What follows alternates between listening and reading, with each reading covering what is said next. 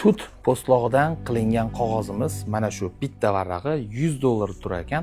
Samarqand qog'oz deyilar ekan. Bu dunyoga mashhur bo'lgan qog'ozlardan biri ekan. Har bitta varag'ini agar xattotni mehnatini hisobga oladigan bo'lsak, bir varag'i taxminan hozirgi kunda $200 atrofida bo'lyapti. Qur'oni Karimning hajmi 68 ga 80 sm.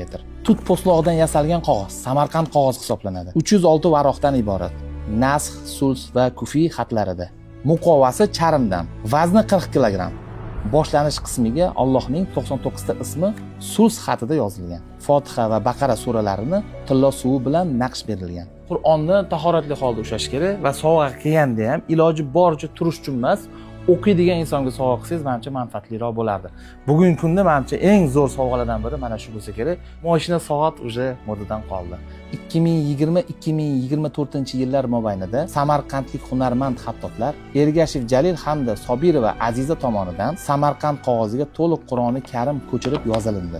Aynan shu xattotlar tomonidan yozilgan Qur'onimiz ikkita nusxada, bittasi Registonda, bittasi hozircha bizning uyimizda sizniki bo'lishi mumkin.